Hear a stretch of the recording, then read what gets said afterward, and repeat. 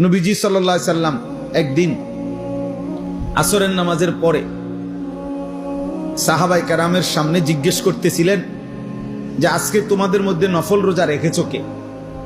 হযরত আবু বকর সিদ্দিক রাদিয়াল্লাহু তাআলা আনহু বললেন, আমি, আনা। নবীজি বললেন, আজকে কারো জানাজার নামাজ পড়ছো এমন আছো কে?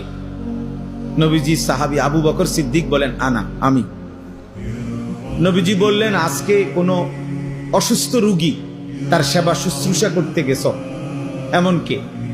আবু বকর সিদ্দিক রাদিয়াল্লাহু তাআলা আনহু তিনি বললেন, আমি। নবীজি বললেন, আজকে কিছু টাকা পয়সা সামান্য হলেও আল্লাহর রাস্তায় সাদকা করছো কে? আবু বকর সিদ্দিক রাদিয়াল্লাহু তাআলা আনহু বললেন, আমি।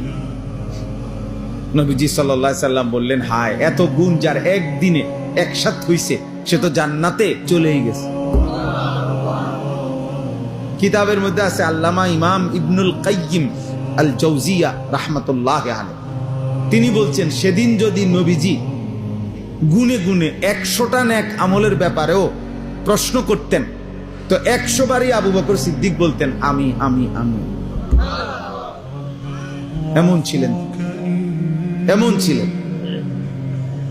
কোরআনুল কারীমের মধ্যে আছে, আল্লাহ তাআলা আবু বকর সিদ্দিক রাদিয়াল্লাহু তাআলা আনহুর প্রশংসা নবীজিকে বলছেন, ওয়ালা সাউফা ইয়ারদা।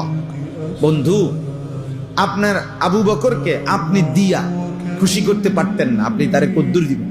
জান, আমি আল্লাহ ওয়াদা দিলাম, আমি তাকে খুশি করে দেব। এবার আল্লাহ তাআলা কি পরিমাণ খুশি হয়েছে।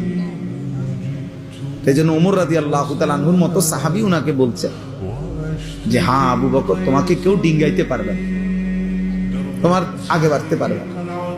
তো সাহাবায়ে কেরাম প্রতিযোগিতা করতেন নেকি অর্জনের জন্য, জান্নাত কামাই করার জন্য, আখিরাতের জন্য। ফাস্তাবিকুল খায়রাত, আল্লাহ তাআলা বলছে তোমরা কল্যাণ অর্জনের প্রতিযোগিতা করো।